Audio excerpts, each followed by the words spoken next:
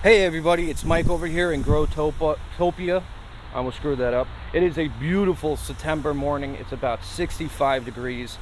It's about 8 o'clock in the morning. It's 2024. We're in Zone 7A in Long Island, New York.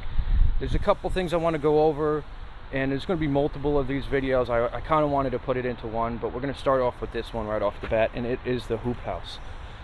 So, the do's, the don'ts, the bads, the uglies. Well, unfortunately, I've listened to a lot of bad advice, and some of the advice that I listened to was people said, hey, you got to put the netting and stuff, the black netting over it, the shade cloth, to protect your plants, because otherwise they're not going to survive. Well, I did just that, and nothing happened. So what that means is, I would say, if you're going to do the shade cloth and stuff, only do it when it's like super hot out. I'm going to put you guys down so I can remove these clips, because the problem is I put the shade cloth on to protect the plants from the sun and stuff, and to give them shade, and all the plants that I put inside of here died off and didn't do anything. So today I'm taking off the shade cloth, and unfortunately, being that everything that was in here died out, it actually works out good, because we got October, November, and December where we can still plant stuff, and this hoop house that has nothing really growing on in it is going to be perfect for those plants.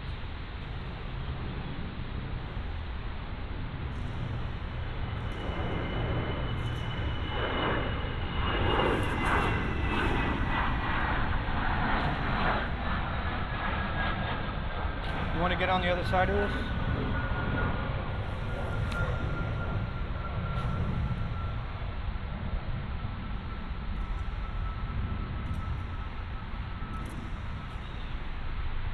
There's clips on the bottom of it if you want to take them off as well.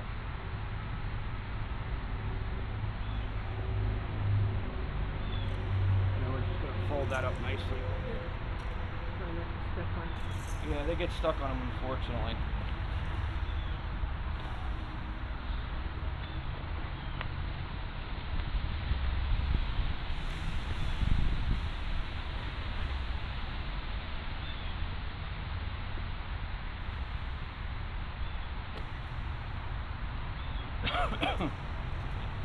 So a lot of the stuff that I have growing at the moment, that I have extra of, that was sitting inside the nursery, that basically needs somewhere to go, I'm going to put all that stuff inside the hoop house. Now you can still see there is some stuff that's trying to grow along. We got a cabbage that's trying to survive, but look at all the other cabbages.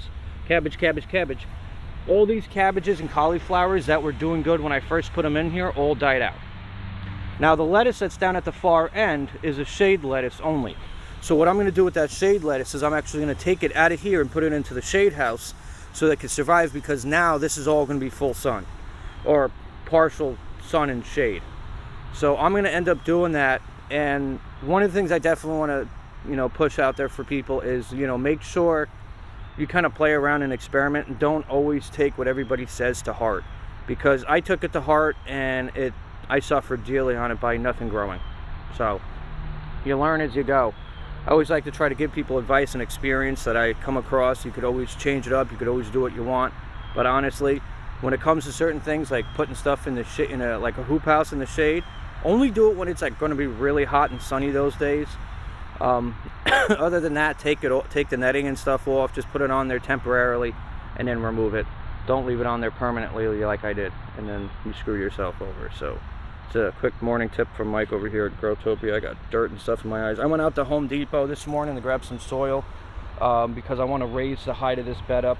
It's very shallow, so I'm going to move a lot of this soil and stuff around, see what's actually still alive in here, what's not alive in here, and I'm just going to dump a couple bags of soil in here, raise the height of it up, and then put all the plants that I'm taking out of the nursery and then putting into here, just so that basically everything has a little bit more height on it, because these things are very shallow as it is, just because of how much I had in there. But look at my asparagus, it's doing pretty good, surrounded by weeds, but obviously that's going to get de-weeded as by the end of the season. Which, funny thing is, we really don't have an end of season, because you're constantly growing year round. So basically, as it gets down into like December and stuff, when a lot of the stuff is like the tomatoes and stuff, once the tomatoes are all gone, that'll be the end of the season for the tomatoes.